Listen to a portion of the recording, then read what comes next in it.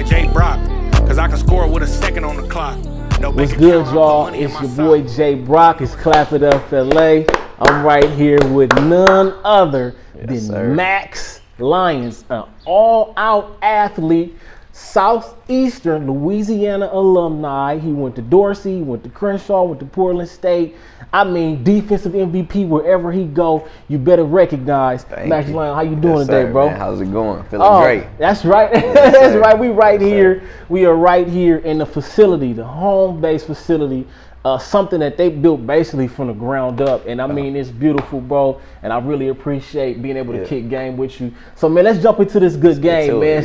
So check this out. Max Lyons started out as a Baldwin Hills Bruin, and I played for the Demos. We couldn't get to play against the Baldwin Hills Bruins, but you know, how was that experience? And how old were you when you first started playing?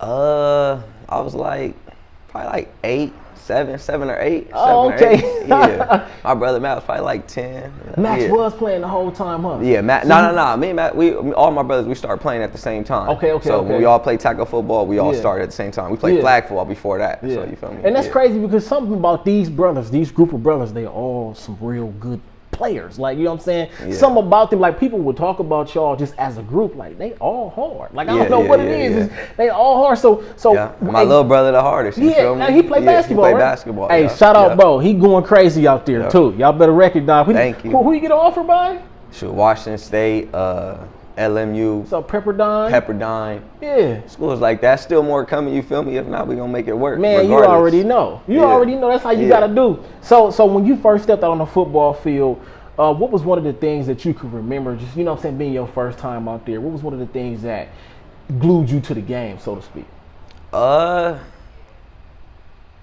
Something that glued me to the game, I don't know. I just like the whole, I just like football. I played flag football. That's where I developed my love for football, flag football. I played quarterback. Safety, like, you feel me? I was that guy in flag football. So I told you he an athlete. Yeah. So I was blessed with good coaches along the way, pretty much everywhere. Like I think Lisa Live, like one of my younger coaches, I think she might have coached me in flag football and basketball. Oh, you got coached by a woman? Yeah. Like especially coming up at Pan Pacific Park, and then that's before I came to Baldwin. So I got coached by a woman. That's crazy. Hey, that's different. I ain't never heard of a woman coaching Pop Warner football. You know, I know they doing some stuff in the NFL right now. No. Flag football. Flag football. Okay, flag football. Yeah, flag football. Hey, that's a different experience because I know flag football, you got to be real quick. You know what I'm saying? You got to be able to really skate. Well, you gotta have that agility. You feel me? So when you finally got the opportunity to get into the pads, how was that situation? I ain't gonna lie, I was nervous. Like, you feel me? Seeing people getting hit, but I was willing to do it though, and then I didn't have no choice really. It was like, you feel me? Your brother just playing, you playing too. Yeah. So I was with it. When my first year, my team went to the Super Bowl. I was playing for Wilshire. You played for Wilshire Huskies. Shout out Wilshire Huskies. Yeah. And when you went to Baldwin, that's when you ran that next year. Yeah, that's when you ran into Shaq, Kavion, Melvin, like Crenshaw, some real Crenshaw legends. Yeah. Melvin, my best friend growing up. That's crazy. Yeah, that's like my brother still to this day. Yeah. And so how good did y'all do at Baldwin? How good did we do at Baldwin? Shoot, my teams, we was always cool. You feel me? We went to the playoffs and we never won the Super Bowl. Matt, Kavion, Shaq, and them team, they was the first team ever in Baldwin history to win the Super Bowl. For real? Yeah, they was crazy. They was super nice. That's crazy than the one. Yeah, they was cold. Cold. So when you playing at Baldwin, did you feel like, you know, ultimately football was like that ultimate thing for you? Yeah, once I locked in on football, probably my first year at Pop Warner, Wilshire, I knew it was football from there. Yeah, it was football. Yeah, that's crazy. So what was football and basketball? Yeah. Football and basketball. Okay, so how much of basketball did you play as a kid? More than football. Really? You feel me? I mean, they were seasonal, so you feel me? Every year, I never missed basketball. I always play basketball. I played basketball before. Guard? Point guard. I was a point guard. I was a point guard. I played point guard. I played basketball all the way through my high school too. Really? I didn't play 10th and 11th grade because that's when I chose like football ultimately. Like, you feel me? I'm gonna just dedicate my next. I wasn't even gonna play my senior year, but then I had no offer. So you feel me? I was just like, I'm gonna play basketball too. So what? Okay, other than contact, of course. What is the biggest difference that you recognize about football other than basketball? Because football, like basketball, do you feel like you got to preserve a certain type of a characteristic that you have in football? Or do you feel like you can equally, you know what I'm saying? Yeah, I feel like it's equal. You gotta. It's all about your mentality. Yeah. Like you feel me? If you're a winner, I feel like you're gonna win. If you know how to play, you're gonna be able to play. I feel like it all translate. Just like small schools, D1 schools. If you could play, I feel like you could play. That's why they gonna find talent. So if y'all don't know, Max is an all-out beast. Max, to be a smaller body and to do the things that you do, where do you think that you get your mindset from? Where does that fearlessness come from? Growing up the youngest, you feel me? Growing up the youngest, growing up the youngest, having to play against my bigger brothers and they homies all the time. So I was always with them. And you feel me? I was little bro to everybody. And they used to rub you up. I see, you know what? But you feel me? I'll win sometimes too. I was beating them. I was never no just easy W ever. Never been no easy W. You don't get no easy W on Max. You better recognize. Never. I feel that. And so when you go into high school, you go to Dorsey. Now, when you get there, how much did you enjoy the experience just being in high school now? You feel me? And being able to play at that level. Dorsey, first off, is the most fun school ever. Okay. So it's no school that compare like fun-wise. I don't know how it is now. Yeah. But fun-wise, Dorsey was next level back then. Like you feel me? All we did was have fun at school. Yeah. So my experience was cool. You feel me? From 9th through 11th grade, it was love. Like them was my brothers. It was 40 of us. We pulling up to parties. 5 cars deep every weekend. You feel me? That's every crazy. weekend. That's crazy. Now, did a lot of the Baldwin Hills players go to Dorsey? Because I know. It was a few. RP Bug, man. He came to Dorsey. Delvon Hardaway. I know it's a few I'm missing. Cameron Gusto, my boy. I know it's a few more I'm missing. My bad, but you already know. He already can't remember everybody all the time. But okay, so when y'all getting there, y'all pulling up to the parties, you think about actually playing football. Like, how complete do you feel as a young man to be able to play football with your brothers? Not just some people that you just playing with, your brothers though. That was, looking back at 9th and 10th and 11th grade, them was the best times. Like. We was a family, bro. Like it was crazy. Like we was brothers. We did everything on the field and off the field together. We was like inseparable, all of us. It was not just 5 of us, 10 of us. It was like 20 of us at any given time. And see, that's another thing that people fail to realize is that when you play this sport, you really playing with your brothers, bro. Like it's some people that you're gonna probably come up with as kids that you may never really expect you to get so close to, and that's why it's really important to show respect for people. And how far did you see respect went? You know what I'm saying, for you coming up in that type of environment? I saw a lot of. Respect is always a big thing for me. So morals, you know what I mean? Morals, that's just one of mine. So you see a lot of it, but you also see a lot of people that don't got the same morals as you too growing up. You feel me? So, and you see how it pan out for them. You know what I'm saying? You know what I mean? It don't always work out in their favor. Now Max made the transition from Dorsey to Crenshaw, and you know the type of rivalry Dorsey and Crenshaw got. You know what I'm saying? Thank you. When you make that trend, but you know what? Max was so plugged in the inner city, it was nothing for Max to be able to, you know what I'm saying, to be able to come over like that. Now, when you went from Dorsey to Crenshaw, what type of differences did you notice between the two schools? Way more serious at Crenshaw. Not more serious. We had fun at Crenshaw too. But I go a little deeper. Crenshaw had girls there. Like Dorsey, we had a couple of cool girls. Oh, for real? Not like that. I'm not trying to kill. They gonna take this the wrong way. Don't take they it gonna take this the wrong way. Yeah. But it was some cute girls at Dorsey. Yeah.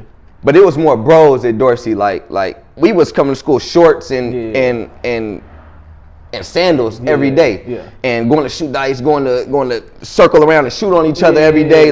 Go play basketball. We doing something like that. At Crenshaw. At Crenshaw, you like the homies is spinning at Crenshaw. Like, all right, niggas wearing jeans, niggas trying to get on it because it's the school way bigger. It's a lot more people. I noticed, or it just looked like that. It's a lot more people, and it wasn't as playful. You feel me? It was a lot more like to yourself. Okay. I'm not saying it wasn't fun. It was fun, but it wasn't as fun. Yeah. Okay. Damn. It wasn't as fun. You know what? Hey, anybody that go to Crenshaw know what he's talking about, though. Yeah. And but that's what they was used to. So they experience might be more fun because that's what they was used to. But I came from Dorsey where it was just free. Like ain't nobody tripping on nothing. Leisure, like it was. Like you feel me? Oh, I go to the. I mean, I'll leave it there. Yeah. All right. So when you. What about culturally, just as far as Dorsey culture versus Crenshaw culture? Because me going to Crenshaw, I feel like Dorsey has more of I don't know how to say this. Like it's like Dorsey is more serious about their just going to Dorsey. I don't know how to explain. Maybe because the Jays is right there and everybody from the Jays go to Dorsey. It's like more of a family thing at Dorsey than it is at Crenshaw, from my experience. Yeah, I guess it's more tradition. There you go. It's tradition. Less people, I would say, because it's more of a tighter, it's more of a tighter knit. Okay. Like, but that's because everybody together though. Like when I'm telling you, like all homies is really homies there. Right. Like the whole football team is plotting on the weekend, like what we doing type. Yeah, so now moms know each other now. Like you feel me? Now everybody's so bought in on DDP. Like you feel me? Yeah. That's how it was going back down. I don't know what's going on now. They trying to bring it back. Shout out Stefan. Yeah, shout out Stefan. Crenshaw was, but Crenshaw, it was pretty much, it was kind of the same thing there too. Okay, so break us down from playing against Crenshaw at Dorsey to playing for Crenshaw against Dorsey. How was that? How was that whole flip, and what did that feel like for you? I mean, I just was going, bro. Like I never even stopped to, like, you feel me? I had just made an Instagram back then. I had people all day DMing me like fucking like traitor ass nigga, like you feel me? All type of stuff all day. Yeah. But shoot, I never, like, you feel me? I'm still playing football. That's all I'm trying to do is play football. And I felt like I had a better chance of doing what I wanted to do at Crenshaw. And I did. I had the best year of my whole career probably ever at Crenshaw, my 12th grade year. 7 interceptions, 13 tubs, you feel me? Yeah. Crazy, yeah. 3 pick sixes. Going crazy. Yeah. Y'all won a chip that year. Nah, we got to the ship but lost to Narbonne. Fuck. Yeah, that still hurt. So when you think about losses that you experienced, how do you process that today? Because I swear to you, sometimes I still think about the state game against De La Salle, bro. Yeah, you got to. And I be, oh my God, bro. I be like, oh my goodness, man. Okay, so when you think about those moments, and then you probably run into some of these people sometimes. Yeah. Man, I played like Santa Monica with Troy Williams. With a lot of them, huh? Yeah, with Marquise Lomax. Like them dudes was on my team. We won. We was the best team in California that year at JUCO. Y'all was, like you said, defensive MVP right here. Boy, it was hard. I mean, as soon as you went to SMC, everybody knew it. You know what I'm saying? Because I had went the previous year, and it was like, Max up there, balling. Yeah. Butter had just left to Iowa State. And you came in and just took over. Came in and took over. That's because I was bouncing back. I already knew what was going on. I'm trying to leave. I ain't trying to be here, play with nobody. I'm trying to get here and get out. I already know what's waiting for me at the end of this season. Right. And so your experience as a bounce back, we know typically how it is. I mean, I bounced back from an NAIA. You know what I'm saying? You bounced back from a Division I school to go there. What was your mindset like when you had to go through that transition? I prepared for it while I was there. I had, like, when I had ended up getting my medical red shirt, I still had to finish out school there. So that's when everything started for me there. So I'm training there. So I didn't just come back and just start getting to it. When I found out, like, all right, the new coaches came right after the season. I really didn't play that much. This dude telling me I'm a cover 2 corner. So, all right, I'm gonna get up out of here, bro. So did your gangster a little bit? Yeah. You feel me? Like, so for sure, I'll get up out of here. It's nothing. I'm solid. Their biggest thing, they didn't hold nothing against me. They let me go. Shout out Coach Barnum. He was just like, go home and do something. Don't go home and just be in LA. Don't go home and be in LA. I mean, that's best advice, but shit, I wasn't finna go home and just be in LA anyway. I'm not. That's not the type of dude I am. I wasn't finna do that anyway. But good looking, I take it. I'm not gonna do that. But that was some real shit, I guess. Yeah, he didn't hold nothing against me. So that was that experience, bro. Yeah. Now after you had basically like an All-American type of senior season at Crenshaw. Didn't land any offers. Now I can relate to this because like my senior year, I had like 28 sacks. Troy Williams and them. We killed them. Yeah, Troy Williams was a baby back then. Granted, he was a baby. Yeah, he but held that against us. I was going crazy against them. Like Norburn, I had like 6 sacks against them. We went crazy. The playoffs, I went crazy. Mm-hmm. So I didn't get any offers. I got calls to practices. I got called up to USC practice to meet Coach Ogeron. Yeah. Tickets to all the UCLA I remember, games, bro. You played against Matt. You played against my brother. Right. So I had all that stuff Yeah. as a star player, but still didn't get them scholarships. Now, when you think back about that, how did you feel knowing that, okay, I just did all this? Or was you ever thinking, okay, that scholarship got to be coming? Did you ever get discouraged about that? Nah, I never got discouraged because I knew whether or not I'm still gonna play football. I knew it was another road to where I want to go. So it was never like I ain't never felt sorry for myself. None of the homies was getting offers. Like Damo Hatfield, I had an All-American season. Yeah, shout out Damo. Damo Hatfield had 20 touchdowns, 10 picks. That same year, I had 7 and 13. Dang, that's crazy. Mossy had like 5 and 14. Yeah. You feel me? Them is USC and Utah. Yeah, right. Ajane was my quarterback. Ajane, best quarterback I ever played with to this day. Shout out Ajane. That I was on offense with. Yeah. So not Troy, you feel me? You my dog. But he was our quarterback. He went to SC. Like, you feel me? He's just my bros. He's his family still to this day. Yeah. So I mean, when you seeing that, did it motivate you seeing your Hell bros yeah. get them off? I'm like, I could do this too. I felt like nothing against them. I feel like I'm just as good as my bros. Like, you feel me? We doing the same thing out here on the field. I put in the same work as them. Like, my time gonna come. I just gotta be ready. So speaking of putting in the same work, what was your work ethic like in high school? And have you ever thought like, man, I should have done something different back then? I should have ran track all 4 years. Okay. Seriously ran track all 4 years. That's the only thing. My work ethic was solid. I'm not gonna say I was the way I am now, like super on it like that, but I knew right from wrong. Like I'm a work when it's time to work. So yeah. Did anybody ever tell you anything about you being too small? Yeah. Shit, not only too small, but too slow. So okay. G-Man, he wasn't the first one to tell me, but he like, bro, you got to run faster. Not bro, but Max, you got to run faster. Pull me in the office, like, offer's not coming. You got to run faster, like. You got everything. Pick your legs up, like, you feel me? Yeah. Like, man, I know. But he like, you too small to not be running as fast as you need to. And that's Coach G, man. You feel me? He gonna let you know, right, what it is. Facts. Salute. Yeah. So having to take the JUCO route, because I know coming out of high school, the JUCO route was kind of frowned upon. Like when I was going, like, damn, I gotta go to a JUCO. So like my mom, she wasn't going for it. She's like, no, you going to a university. So I mean, that's why I went straight to Langston. But having to take that JUCO route, what was your mindset in that, and why did you choose Pierce? Out of a lot of local schools that you could go to. Shit, my brother had just bounced back from Washington and he went to Pierce. He probably needed his own little interview. He probably needed his own one. But he bounced back from Washington, went to Pierce, and the year he went to Pierce was my senior year. So my senior year, he was back home with me. So you feel me? Yeah. It was all he and his Pierce team ended up it was like 22 dudes that went D1 off that Pierce team. Yeah, facts. I remember that Pierce was getting them out. Yeah, so Matt, like off top, you going here if you ain't getting if you don't got what you want. I had a D2 New Mexico. Western New Mexico. Western Mexico came. You feel me? They came and showed me love. Yeah. But nah, I was like, shit, talking to them like, nah, man, let's go here. Let's go somewhere bigger and better. No slight to them. That was a good school, good program, all that. Yeah. But, and when you went to Pierce, how was that experience? Because I remember, Pierce had hype. Yeah. What? Because when I went to SMC, they was hyping the hell out of Pierce. Like, they had some dogs. Pierce get all the dudes out, yada yada, right? Yeah. And so that felt like a Crenshaw Dorsey to me playing against Pierce. Yeah. And knowing that you was over there, we went over there, bro. And I remember y'all was in that locker room screaming, and somebody had a bell or something like that. They was doing a bell situation. I played against you at Pierce.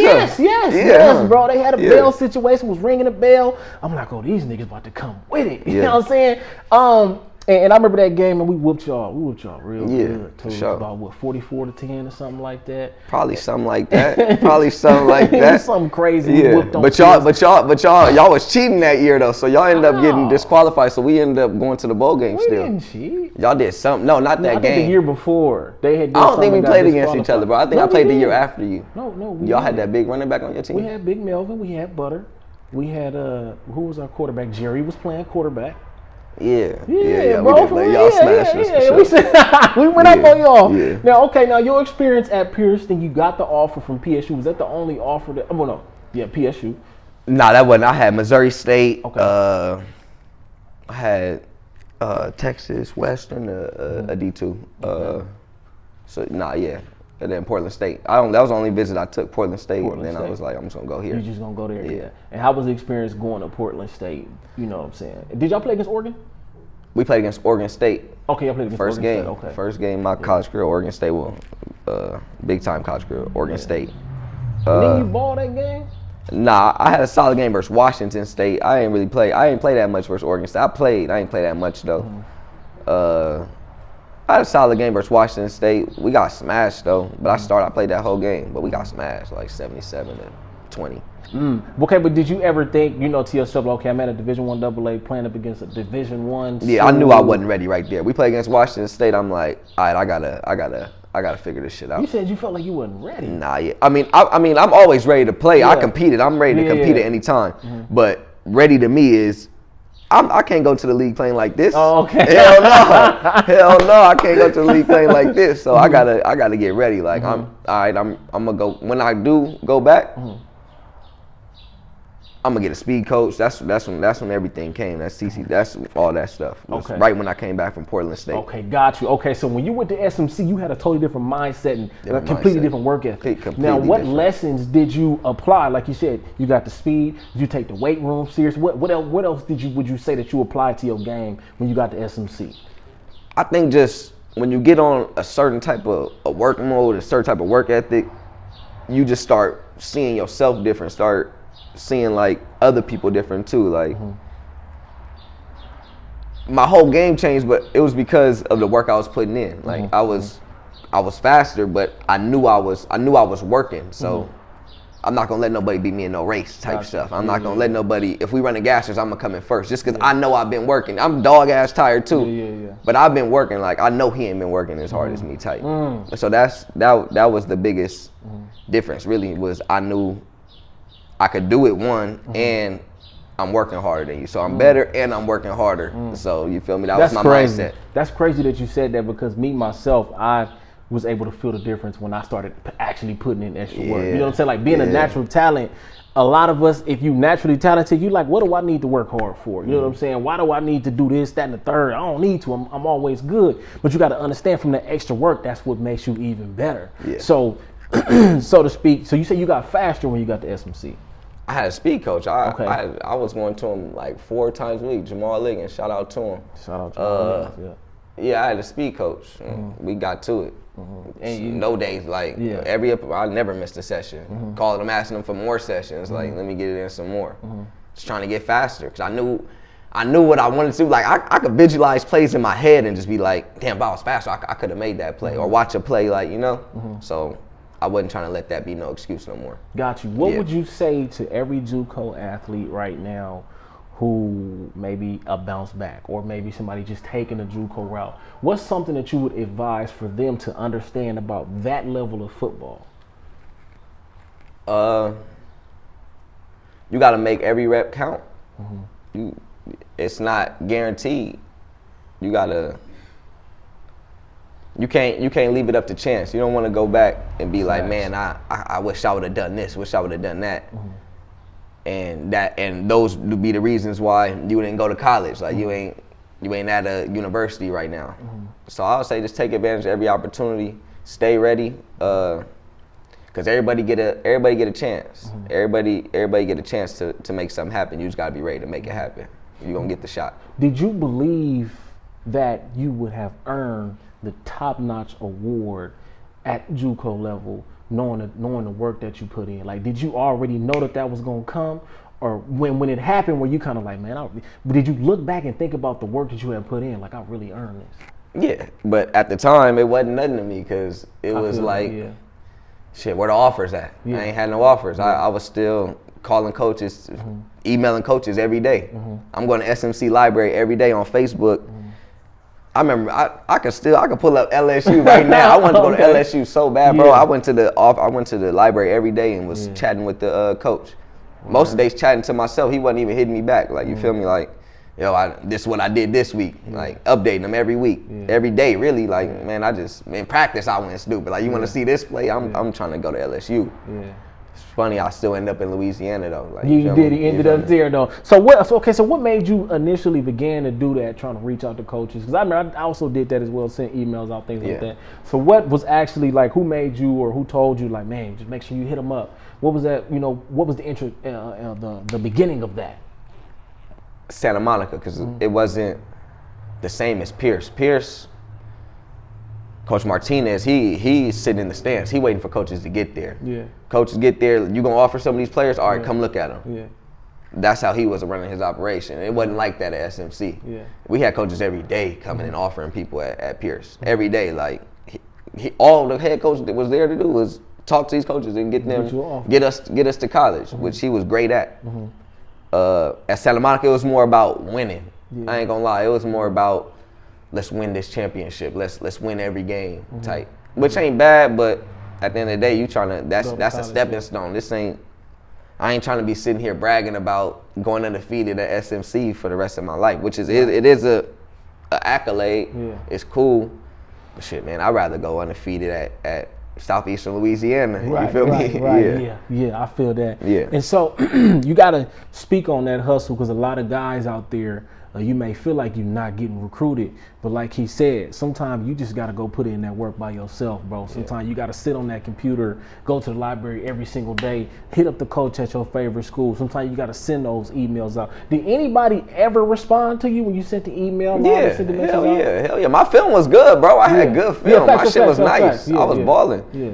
It just nobody pulled the trigger. And eventually nobody started responding. But not everybody, most of them have responded before. But it came a point in time where it was just they couldn't say nothing. Because they got different rules. They not gonna offer me. They figured they probably took it to their head coach. Head coach didn't approve it. They like, all right, like it's whatever no more talking. Whatever the situation. I shot exactly. You shot your shot at the end of the day, and you work for that. Now, one day, 10 o'clock at night, assistant coach Aaron Schwanz calls you from Southeastern Louisiana State University. That's crazy. You know that. And when he did call, they still didn't necessarily have a scholarship to offer yet. He didn't. But for you to get that call after all that, how long did it take them for them to actually get in contact with you? They got in contact with me. Man, my memory all messed up, bro. I'm not gonna lie. He's such a banger. You know what I'm saying? You feel me? I don't know. It was after season, like when recruiting had died down. Like I'm coming here working out 3 times a day, and me and my bro Bird, like, man, we don't even know what's gonna happen. We just cheat the grind. Can't cheat the grind. Yeah. Shout out Bird. Yeah, shout out Bird, South Central American. South Central that will come next. Yes, sir. Yeah. That and then, we don't even know what's coming. And for me to get that call, just like some reassurance, like, you know, it was cool. And see, the beautiful thing that you say, the beautiful thing he says is that he kept working. Yeah, a lot of guys may be in that same situation. They stop working, they depressed. They're not gonna be ready for the opportunity, because like I said, everybody gonna get a chance everybody get a chance at a shot. Like, you feel me? They say everybody time gonna come. Facts. Not everybody gonna have a chance to get to their time. Yeah. You gotta take advantage of that chance, and then it'll be your time. If you don't take it, if you blow that chance, you'll never have a time. You gotta take advantage of that chance to get to your time. Yeah. So if you out here DMing all these coaches and you ain't working out, you gonna get to that school and coach gonna look at you like, bro, you told me you was 6'1", 4'4" on film, you 5'9" and run a 5 flat. You know what I mean? So you don't want that to happen. You gotta stay ready. Yeah. So when you got that call, immediately, how long did it take you to be like, oh, I'm all in? Did you Google the school, anything? So what happened directly? What when you got the call? What was that? How was the conversation? Man, Coach Schwanz, my guy, he called me. He was just like, you know, man, I see your film. Like, love the player you are. You know, we was talking for like 45 minutes just about Louisiana. Like, you'll love this place. Like you know. And then at the end of the conversation, he like, man, we offered this receiver, but he hasn't said anything to us. So if he doesn't sign by a particular date, we want you, man. Like, you know, and he stayed in contact with me, and the signing period was like a month and a half away. Yeah. So we had some time. So like we stayed in contact, but even he started slowing down. Okay. Even he started slowing down. So when he started slowing down, how did you? When he started slowing down, I had got another offer from a D2, West Texas A&M. Oh, yeah, I got that offer too. West Texas A&M. I went on a visit out there. Yeah. I went on a visit to West Texas A&M because I thought that's where I was about to have to go. And they got the I committed. I verbally committed. There, I'm like, man, I'm coming. Like, you feel me? Y'all showing me love. Like, I knew they didn't have much, but the stuff that they did have, they had my name on it. Like, you know, it made me feel like, they had the biggest stadium in D2. They were sweet too. Sweet they was locker room, nice. all that. They played in the best D2 conference. You feel me? They got to do it to the NFL. Ethan Westbrooks. Yeah. Yep. Shout out to him. So I was verbally committed there. Like, okay, so you had something else going on. Yeah. I always had something. I mean, not always, but at that time, like when it was dwindling down, like these last 2 weeks, I'm all set. I'm finna go to West Texas A&M. Yeah. It wasn't until like that Friday before I was about to leave on that Tuesday when Coach Swans called me like, "What are you doing? Like, you didn't sign those papers, did you?" I'm like, "Yeah, I signed them." Because I had signed them at this time. He like, "It don't matter because if you signed them after this date, blah, blah, blah, it don't matter. You can still go to another school." I'm like, "For real?" Oh, wait. I'm like, "I'm coming." I told him I'm coming. Like, I'm still coming. And then, I told my mom, like, I'm not going to West Texas A&M. I'm still going to Louisiana. What? That's crazy. And then that Tuesday, I left, no visit, no nothing. Me and my mom left and took my bags, went straight to Louisiana. Didn't have no apartment, no nothing. We went, found an apartment, found everything, and I was there. You just was going to take what came with it, whatever it was. Take what came with it. But I knew I had my mindset, so I already knew once I got into football, I was going to be solid. And it was Division I. You don't get no better than that. Now, you get there.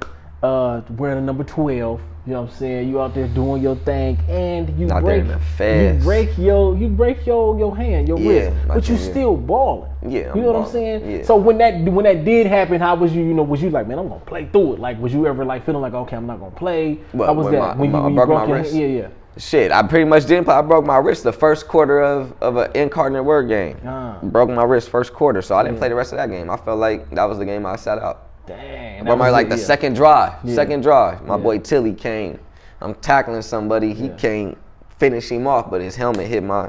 You feel me? You can still see it right there. Dang, that's crazy. War wound for real though. For sure. So what did you like about Louisiana when you initially got there, and you know how long did it take for you to actually adapt to being out there? I adapted quick. I adapt everywhere quick though. I'm good with that. I could adapt in any situation, any environment. I'm solid. It was cool. They welcomed me with open arms. I was a cool little, you feel me? I was on a bike. I rode a bike everywhere. Okay. So you feel me? That put people like, all right, we got team events at the church 3 miles away. Yeah. I don't really know nobody. I'm riding a bike all the way there. Like, you know, I'm 3 miles away. That's a 3 miles, 4 miles. There was places farther than that. And I'm getting there early. Yeah. I remember one time we had to go to the church. I rode there. I got there early, but I knew I was gonna be sweating, so I brought a change of clothes in my backpack. I go inside the church. I'm changing in the bathroom. The pastor, everybody coming there like, "Who are you? Like, you can't be in here." I'm like, "No, I'm with the team. I'm just here a little early." Like, you feel me? So they got the president. But that was like one of my first experiences there. But I met them there, and then I turned out to be what I was out there, and they always show me love. Like. Every time, but that was just how it went. Yeah, and you started all 11 games. I started immediately. Yeah, fall camp. I became a starter. So, what was something that you feel that you applied at SLU that you didn't necessarily apply at Portland State? Every day I came back, watched film with my brother. Most of the time I call Matt like, watch this play, like, you know, and then he'll be like, or I'll be like, tomorrow I can't do this at all. You got to eliminate that. You can't. It'll be little things too, like you can't. It'll be super small things, bro. Because I'm not really messing up like that, but make sure you get a harder jam on him in cover 3. Don't let him get outside of you on cover 3 no more. Like, you know what I mean? Stuff like that. Because I played nickel. I was in the box. Yeah. Make sure you set your force harder. Like, you feel me? Make sure you stuff like that. And then the coach is kind of like, they're like, all right, yeah, he take this shit serious. Like he coming back. he asking questions. Like, you know, I was one of those guys. I'm first in there. I'm sitting in front every time, front of the meeting room. Yeah. Shit, I'm on Ox. Yeah, so you doing that straight student stuff. Yeah, I'm on Ox. I'm doing all that shit. Yeah. Well, see, you gotta understand the film. Like you said, the little things. It could be something as small as your feet work that'll tear you up a play. You will lose because of your footwork. You will lose, like you said, because of that jam. You're going to lose because you went up and ran up and tackled the guy wrong. Yeah. So that type of stuff, you were actually able to take advantage of that film, because that's when like Huddle came out. Yeah. You was able to watch that Huddle. That's some good stuff. So what made you take the film so much more serious, and how much of an advantage did you feel like you got from studying that film when it was coming time to practice or getting to the game? Way more shit. I mean, the eye in the sky don't lie. You could say you whatever you want to say, but are you that on film? So I can say I had a great day, but then I go back on film. I got 2 errors. I got three fucking, you know, shit. Errors. Like shit. I forgot I ain't been in football in a minute, but we was getting graded every day, every day in practice. And then you feel me? I knew my grade before I even went back some days. Like, damn, I know I didn't get the jam on this play. I know he gonna say that. I know I didn't, just little stuff. I had a mental error right here. I didn't do this right here. I had a total breakdown right here. Little stuff. I already knew what was coming. So and they start noticing stuff like that. What was your most memorable game that junior season? I know Central Arkansas, you went crazy. You had 16 tackles that game, balled out.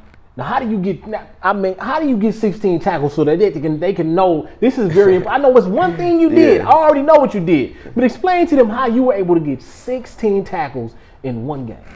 Shit, man, get to the ball. That's it. That's it. That's all. That's all it is. It's simple, yeah. I had a lot of tackles every game. Yeah. Shit, I was just running to the ball. It's just your effort. Do you really want to do this? Now, I looked at it. I'm chasing the ball down. I know I'm not the biggest, fastest, strongest, but I'm going to be on that film every play. You're going to see me in that box. You're going to see it. Most times you're going to see me at the bottom of the other shit trying to make the play. You feel me? Yeah. Because you got a lot of guys nowadays, they kind of see the play go that way, they don't run. They just start walking. No. I wasn't that type of dude. I gotta go get to that ball. How somebody gonna see me if I don't get to the ball? You know what I'm saying? To punch it out. Exactly. Yeah. You gotta do something. So if there was a player that you would say that like inspired you, or that you would like to pretty much, so to speak, say that y'all got the same type of game, what player is that for you? Shit, like just any player type in the NFL. I'm speaking NFL or NFL. You know, Oh, Tyrann Mathieu, no question. Yeah, no question. Tyrann Mathieu, Steve Smith. That's my favorite. That's my all-time favorite player. Steve Smith. Big talker. He talk. Do you talk mess on the field? Yeah. Okay, so you one of the big mouth dudes. Not really, but I'm gonna say something for sure. Okay. I'm gonna say something. Okay. Yeah. Okay, so as a DB, because you played corner too, I remember speaking to Hattie F about this. You gonna take some losses. You know what I'm saying? So how quickly do you have to get your mind back in the game and not think about the last play? Or like, because you know, if you still thinking about something that happened 2 plays ago, you're probably getting beat the whole, you know what I'm saying? So how long did it take you to learn to develop that mindset as a DB to understand, okay, I took that loss. Yeah. Let's go. Let's just get back to it. It took me a minute. It probably took me till I got to Crenshaw. Really? Yeah. So it took you all through Pop Warner and basically all of high school. Yeah. Dang, that's crazy. Because that shit used to mess with me all the time. Yeah. I'll be sick over a play. Yeah, you feel me? I remember I got cracked back one time. I was hot the whole game. I was sick the whole game. Messed up my whole game. Yeah. But yeah, that was my junior year. So yeah, when I went to Crenshaw. G-Man though, like, you feel me? And we only had 26 players on the team, so I was never not playing. So you had to, all right, for sure. And G-Man was like that, like, you mess up, all right, next play, let's go. Facts. But he gonna tell you about it on film for sure. Y'all gonna watch it a million times on film for 2 hours, but you feel me? He gonna let in the moment he with you. So when you finally develop that mindset, like, okay, I gotta get over the next play. What would you say changed about your game after that? More loose, more willing, more risky, more calculated risk though. Like, you feel me? Got you. Like you feel a step ahead. You more poised. You know, cause see, that's my thing. I don't really want to be a talker because I know, nigga, I'm gonna take a loss, and if I take a loss, I'm gonna be embarrassed. You know what I'm saying? So even when you take your loss, are you still talking, or are you kind of like, all right? I'm still talking. Because we still got we still got more downs to play. I'm gonna get another W too. Yeah, solid. Hey man, if you gonna be like that, you gotta be like that all the way, no matter what's going on. So I commend you for that, and I'm gonna clap it up for you for your whole entire situation and doing what you're doing. Yes, sir. Now, so your senior year, you get the number one. You got pictures around the campus. Did you have a picture like in the city somewhere? Yeah, I got a billboard. Oh, okay, he had a billboard. We gotta clap it up to the billboard. In the town, So your senior year, what was your mindset like going into your senior year, knowing like take over? You know what I'm saying? Yeah, it's time to take over. Yeah. And then I saw that the coaches actually, basically, allowed you to play the way that you wanted to play. Yeah. They had you more so on the ball. They sent you on more blitzes. So when you got to actually get that type of I don't know, leeway or when you got to get your way like that, how much better did you feel to be able to play and to contribute to the team? Well, you feel more responsible. Like the losses that we took, it weighed way more on you because you was the one that was supposed to be doing something. Like, you feel me? But it feel good going in, like, like knowing the coaches really trust you and believe like you gonna do the right thing. That feel good. It give you like more confidence, more willingness, more. Just, you feel me? You more likely to take a more calculated risk. Like you more free playing, more free flowing. That's the biggest thing I took from it. Like that same coach, Coach Swans, before every game, before I leave the locker room, every single game, go do what you do. Like, you they already know. They already go do what you do. That was the only thing he said to me. Go do what you do. Now, was there a playlist or something that you got set before every single game to get yourself in the zone? What do you do to get yourself in the zone before every game? Vibe out. Just be chilling to myself, thinking about the game. I got headphones on. I'm not really super loud, super all over the place. I'm more to myself, trying to figure it out in my head. You know, more mental for me. Okay, got you. All right. So how much time would you say that you would study your own opponent? You know what I'm saying? Like right before the game. Were you looking at film before the game on the way there? Always. Like, at my crib, I stay by myself, so I'm got the computer hooked up. That's the only TV I watch the whole week. I'm watching Huddle, they games just going through. So when I'm in the living room, that's what I'm watching. When I'm eating, I'm watching they plays. Even if I'm not really watching it, that's what's on. Okay. So you lived it. Yeah, that's their game, their film. I watched they film 24 like the whole time. That was all I did. And then going into that senior season, the coaches actually labeled you, the leader. They said you lead by example. Now let me ask you this. When you lead by example, this is something that came natural to you, okay? So what are some of the things that you would say that you did as a leader that you would say helps you excel a lot more than probably anybody else they would call a leader? You gotta show up every day. You gotta be a man of your word. You gotta, if you say, you gotta do what you say you're gonna do, pretty much. You gotta hold yourself accountable. You gotta think for others. All those things, and I felt like that's something I'm good at. I was the youngest growing up, bro, so I kind of learned everything before. I was a great follower before I was ever a leader. I was like, you feel me? I followed my brothers around, so I saw how they moved. I saw how they homies move. I took something from everybody, My bro Charles Garrett, that's my big bro. Like, shout out my boy CG. I went to if you didn't say pro players, I was gonna say Charles and Matthew. Them two, I would say with my game most alike. Them two. But that was. Okay, so a lot of the people you were able to grow up with pretty much prepared you for these type of situations and to be able to hold this, because the coaches also said that my boy had zeal. Now, for y'all who might not know what zeal means is to have great energy or enthusiasm in pursuit of a course or an object. So I bet y'all, if y'all listening to this, that y'all know that's exactly who he is. So where do you think you get your enthusiasm from? Life, man. We alive. We living, bro. We living. Shit. Trying to make something every day. Right. That's it's life short. Facts, and you got to live it all the way up. Now I got to read this whole caption right here because you got to understand Max's experience going pro. It's been up and down, but you got to understand, like he said, It might not happen for everybody, but the best thing you could do is shoot your shot and give it everything you got. Yeah, so sure. During the draft days, my boy Max posted on Instagram. This day 3 years ago, I got a call 10 minutes after the draft was over. And to be honest, it never hit me. I think I was waiting to get a pick to the house for it to seem real. Yeah. So you get that call from Seattle, 10 minutes after the draft. Yeah. What's going on with you? And immediately, what was your thought process? Shit, let's get to work. Where my next workout at? I gotta get to it right now. Yeah. Like now I know exactly what I'm about to get into, what's about to happen. Let's come on, let's put it together. And that was the thought. I was at my little brother basketball game. So you was just living life, just no lie. I thought I was gonna get drafted late, like 6th or 7th round. I ain't gonna lie. Yeah. I thought I was gonna get drafted. Okay. So you had the pro day and everything. How did your pro day go? It went smooth. To be honest, I never really got back my official numbers, but it went smooth. Nothing crazy like what everybody thought I was gonna do. Nothing probably. You feel me? Yeah. Okay. So so you got the call. You went to your little brother basketball game. Yeah. And then what happens next?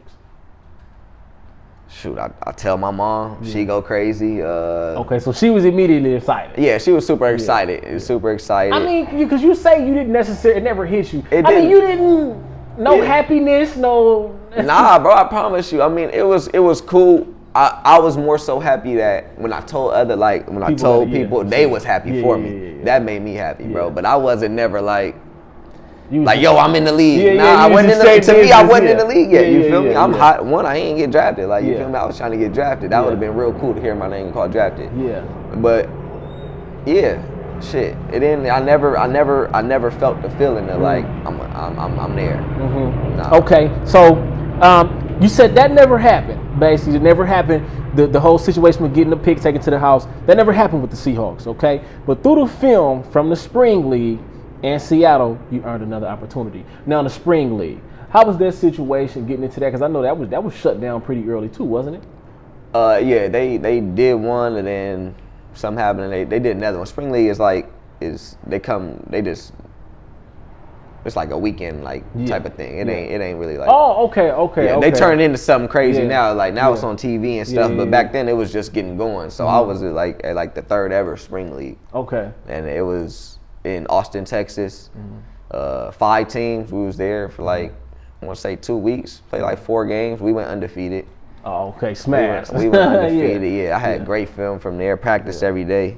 Them coaches would probably say the same thing because I was going hard in practice every day too. You feel me? I wasn't waiting for the game. They man, relax. Like, nah. You know what? But that's how you got to do. You know what? At Crenshaw, you used to tell us that we need to practice how we play. We never did it because we already knew it was hard. Yeah. But sometimes I be thinking like, dang, if we really practiced like we were supposed to, it would have been that much better. So you really got to understand when they say practice how you play, really do it. I mean, I get it though, because you with your brothers, you with your homies. Come on, bro, I don't feel like doing all that today. And it's kind of like, damn, well, I'm not getting no better because you, in all actuality, like for real, in all actuality, y'all not helping each other get better because y'all not. The young niggas need to stop trying to be so cool, man. Yeah, that's what it is. They think, well, they could be cool, but they just need to understand what cool is. Cool ain't what they ain't. Not all of them, but what some of them think it is, man. You know, I don't really know what all of them. No, I get you. And some of the things I ain't gonna lie that I see is that, okay, you make a play and then you take the rest of the game off because you made one play. And I ain't gonna lie, I'm guilty of that too, bro. Like a lot of the games, I didn't want to go crazy. I just wanted to blend in with the team. But it's like in all actuality, bro, I should have just went crazy. Like you know what I'm saying? Like you hurt yourself. Why you think like that though? What made you think? Why you think you thought like that? Because I knew I was good. But shit, don't you want to show you gotta dominate? But I was young, bro. That's the thing. We older thinking about this. When we young, we think we know everything. Yeah. Oh, they know I'm good. I ain't, you know what I'm saying? I ain't gotta go crazy like that. I remember, bro, I never forget against Manual Arts my senior year, nigga, G-Man was disappointed in me. Cause I went out there like, whatever, bro, I ain't finna go hard. G-Man looked at me like, damn. Like, that hurt the most. I ain't gonna never forget that moment, bro. Whatever it was, G-Man expected way more out of me, bro. And I just went out there and bull crap. So, you know, things like that. But see, this is the thing. But it's things like that led no disrespect, but it's like offers not coming, bro. Like, facts, imagine you would have off had 30 sacks that, not Fact, 30, off but you would have had 30 sacks that year if you would have just went out Exactly. there and got 2 If more. I would have did that. Just Exactly. on some little shit. And see, and no, real rap, that's the stuff that comes back and haunts you when you're 30 years old And you thinking think about how about it. much, Like I said, you don't want to be thinking about that shit later on. Like, I should have done this and that. Yeah, yeah. And see, that's the thing. You're not really focused on that right now.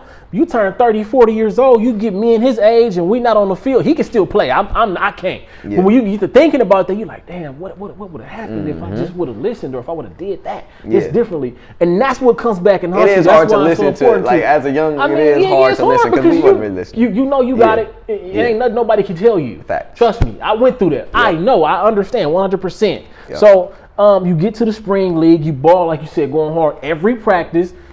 And also getting the film from Seattle Seahawks, you earn the opportunity to play with the Saints. Okay, Yes, sir. when you get that opportunity, you say, "I knew I belonged." It was just a matter of time. At this point, I won't lie. You said I took some plays off, and you said, No. I said I won't lie. left plays off? At every stage in my football career, I left plays on the field, like where I could think about, like, damn, I wish I would have done that. Yeah. But I was saying the Saints, I didn't really get that many plays, so every play I did, it was a good play. Like, to me, it was a good play. Like, I felt like I did exactly what I was supposed to do. Yeah. Like, so I think you kind of got it a little mixed up. Yeah, okay, that's cool. That's cool. Yeah. I belong. I knew I belonged. Yeah, I won't lie to you. Not I left belong there. I plays just, off. like, I knew I could play. I knew I could play at that level. I knew, Yeah. like, couldn't no nigga go out there and little bro me on the field. facts, Because I knew, like, you feel me, I was on top of my shit when I was with the Saints. Yeah. Yeah, okay. And so he said I left plays out on there. At every level I've played at, and I think about those plays. I think about those plays till this day. Yeah. You said I had no feeling of this with the Saints. Every day I got better. I had relationships with the coaches and players, but still I did not get the job done. I didn't do enough to stay. So Simple. with that being a result, how was that process of knowing, like, all right, you done? You got to go back to whatever feel you me? was at. You feel me? feel So me? what was that like for you? That period. Super kill. I stayed in the hotel. Like, they told us and shit. I stayed in the hotel. Matter of fact, I think KV came and got me. Where? Oh, KV was out there. Yeah. KV, I think KV came and got me, and we just, you feel me, picked it up like it was just another day, bro. Straight back to it. Let's what's next? You feel me? It was never. I never felt sorry for myself ever. Yeah. You feel me? It was just continuous. Keep going. I feel that. You got to stay strong in those Yeah. moments and just continue to apply pressure. Now you say you felt that you let I might everybody have down. felt sorry for myself, but I left all that shit in that hotel. I stayed there for a minute. Then So I got out okay. So what did you go Yeah. through in that hotel? What was you doing in that hotel? What was you thinking about? Shit, like, damn, like, am I just not good enough, bro? Like, you feel me? All that shit go through your head, and then you start thinking like, damn, I gotta go back home. You feel me? What I'm gonna tell, like, like, damn, I'm just gonna keep it G, bro. Just get back to your regular life. Regular life. Like, shit, my lifestyle then was working out. Yeah. Just getting to it, but knowing I had something coming. So at that time, I ain't. You feel me? But when Saints, so. I mean, you got the experience. Yeah. A lot of people can't get that experience. Yeah. So when you get that NFL experience, just what was it like being able to be on a practice field with just being? I mean, you were in the NFL. You were there. Yeah. So what was that like being able to actually be at that level and to be able to shoot your shot? It was fun, bro. It was football. It was like, it felt like. Did you feel like football. it was any difference? Like, because when you look at the NFL as a kid, you like, man, all them dudes strong, everybody fast. Oh yeah, I look you know at it totally what I'm different now, saying? for sure. Yeah. It's way different because it's all about they could put you in position to be a star, like, or make certain plays, So yeah, it's I look at it way different, but it's still some dudes out there that's like really. I still look at like, damn, he really crazy. beast, huh?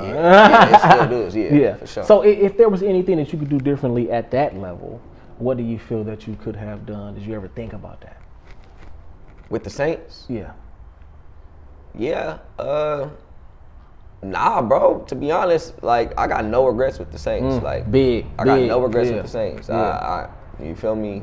They asked me to do the punt return. I did the punt return. Caught every ball. You feel me? Returned it how they want to return it. Like, everything they asked me, I was doing. I did. Then, you feel me? I'm not gonna say in one-on-ones I made every single play. Yeah. I got caught on for sure, but it was I was competing at a high level for sure. Yeah. And see, like he said, the biggest thing you got to understand, the key to having no regrets is knowing that you did everything you could. Yeah. You went all out, every single play. Like he said, he didn't get a lot, but every play he did, he went crazy, he went all out. And that's how you have no regrets when you turn 30, 40, 50 years old when it's all over with. So y'all make sure y'all go all out on every single play. Then you said you came back home and got right back to the grind. Back to it. Can't cheat the grind. You said, I did not know what was going to happen next, but then you get picked up by the XFL Guardians. Yeah. So you get picked up by the XFL Guardians. You said you were actually in a room talking to your mom, and the call came, and it was kind of like you wasn't even thinking about it. You had forgot about it. I forgot about it. Yeah. So I mean, so did you have any type of awareness that that you could have got drafted, anything like that? Yeah. I mean, leading up to it, I had talked to a couple people in a couple organizations from the XFL. Mm-hmm. I wanted you to go to the Wildcats so bad. I'm like, yeah, that would have been crazy. Yeah. I had a couple small conversations, but I mean, I knew I was gonna play in the XFL. Don't get me wrong. I knew it was.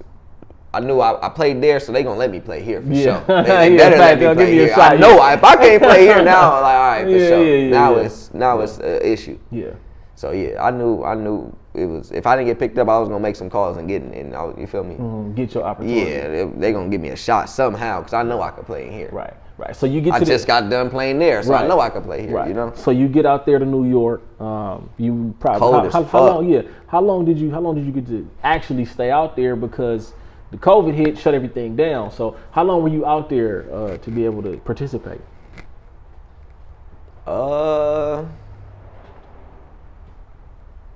We got a break.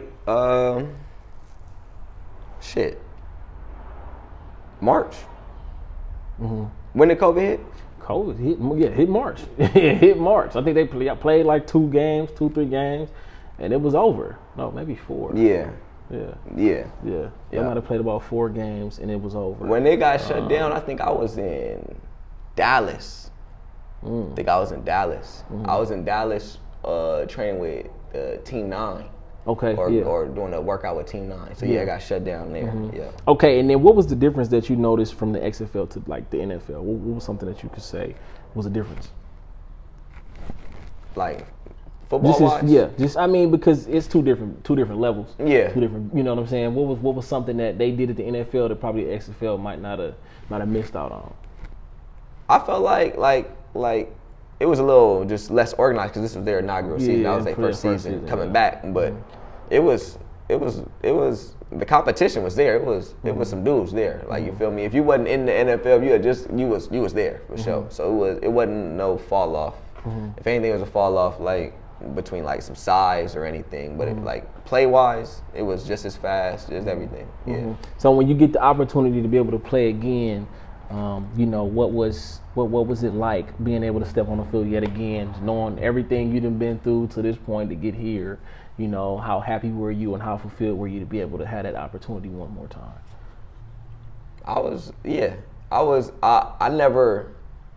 I'm guilty of never living in the moment. So I was always thinking about next. Like, man, I gotta. Do you feel I'm here, but I gotta be a starter. I gotta, like, you feel me? I'm anxious. I gotta do this. I gotta do that. Do you feel like that's good or bad? Not living. It got pros and cons. It got pros and cons. Like, you don't really celebrate the little wins as much. You feel me? I had to start writing down on a piece of paper like set goals, reach goals. You feel me? Set new ones, but reach them, celebrate, not go crazy. Just like, you feel me? Like, you feel me? Say something to yourself. Yeah. You know. So what kind of goals would you say that you would set and reach to keep you busy and keep you going? Small goals, like something as simple as make your bed every day. Like, you feel me? I'm a firm believer. You want to change the world, you got to start by making your bed every day. Okay. Change the world, that's good advice from Max right there. Make your bed every day.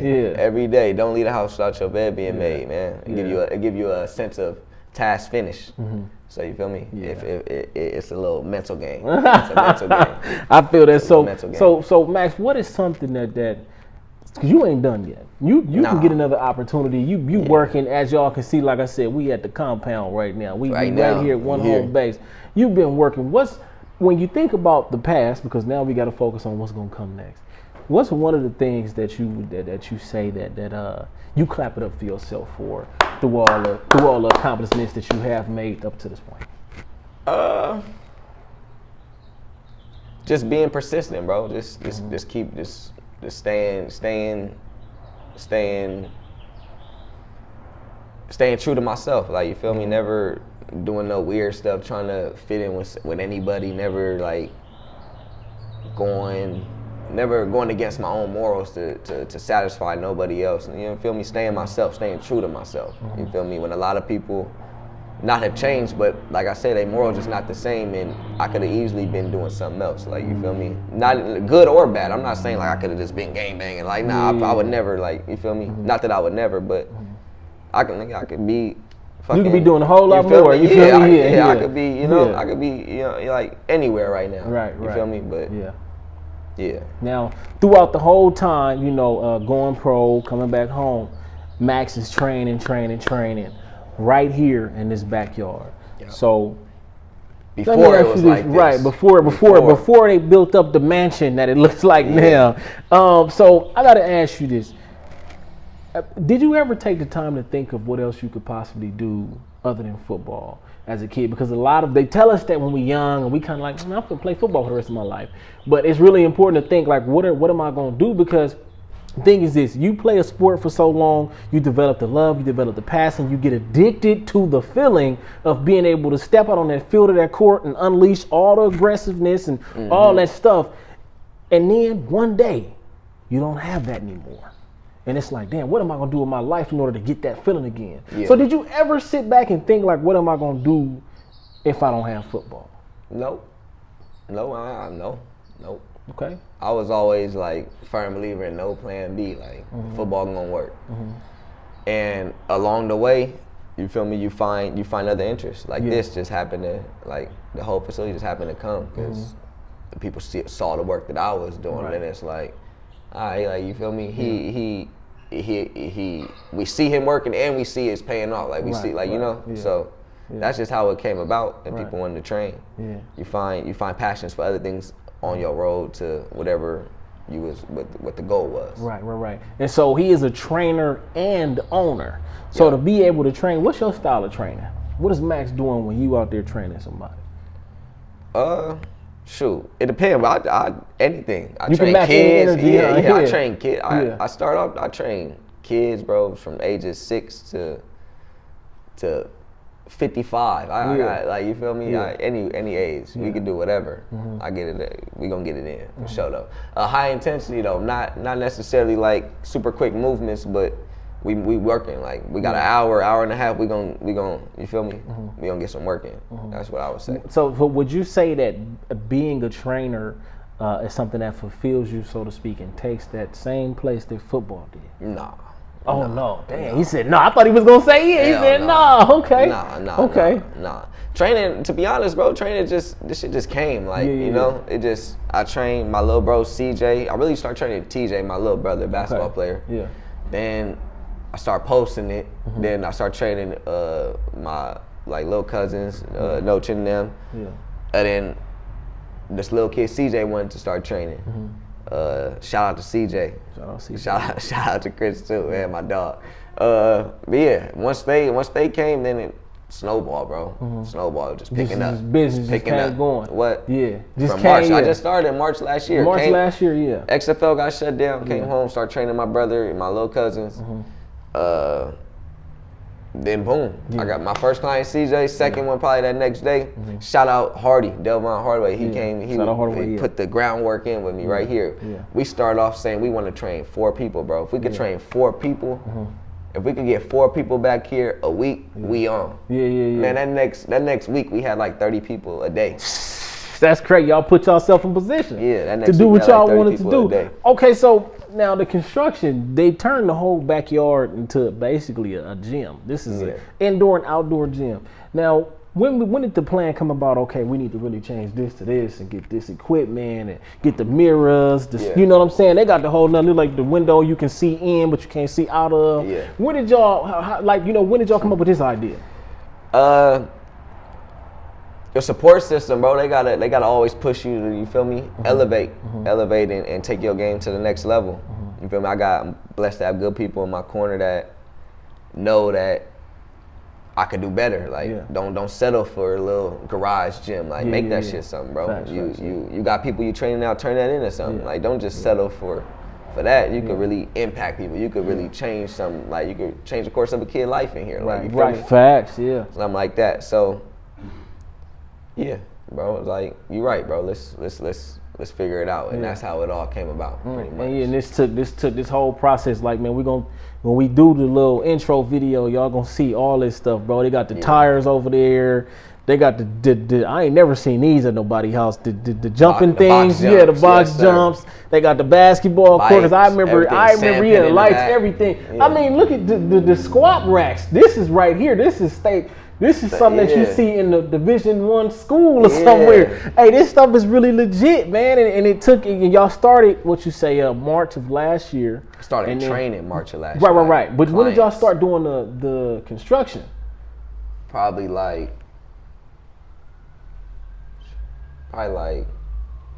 May. Probably like May of last year. This is cold. May, June, July. Yeah, probably like May.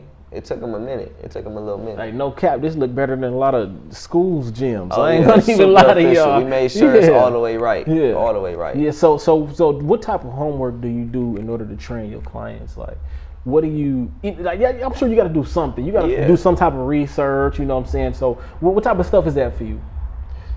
Man, same thing I would do in football. I just watch a lot of workout videos now, like Overtime Athletics. He do a good job of explaining like certain stuff, or other trainers. I train for football with some of the best trainers in the world for football. Okay. So I got a lot of knowledge from them.